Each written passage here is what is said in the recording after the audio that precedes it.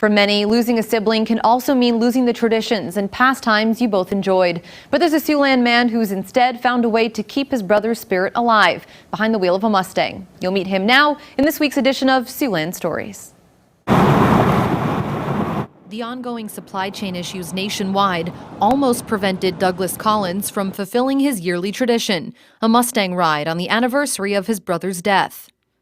A lot of the places that I normally worked with just didn't have anything available, and Jensen Motors stepped in and they were willing to loan me a car for the day for this purpose. That purpose, a more positive way to grieve his loss and feel connected at the same time. In order to remember him better, I do something that he would have done. He owned 4 different Mustangs over the years, and so the idea is that instead of letting things drop, I'm not celebrating his death. I'm continuing him for a day and doing something he would have liked.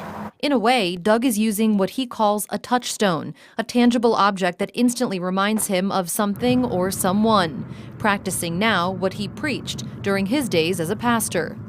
And what I talk to people about, are things like touchstones. Obviously, a Mustang's a pretty big touchstone. You do that, you let it be positive, you let it be attached to memories. Those things are all very good for people to do. Something he's done for 9 years now in his brother's honor. He liked Mustangs, and we were both car people.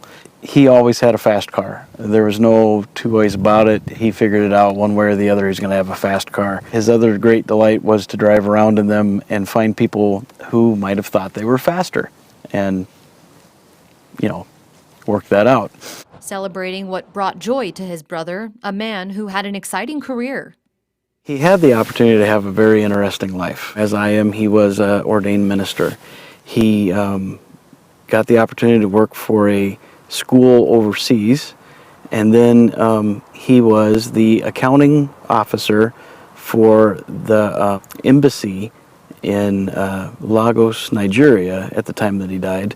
As I'm driving along, I'm thinking about him. Some of those things come up, and it's just good to celebrate those things. And Doug says he encourages others who are grieving tonight to maybe find peace through something similar.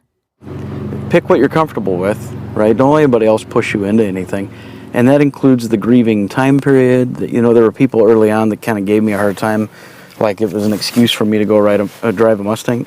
I don't need an excuse. I can go anytime I want. Some people will not understand where you are. That's okay. It's not their grieving process. You take the time you need, and you do what you need to do in order to walk through all of that.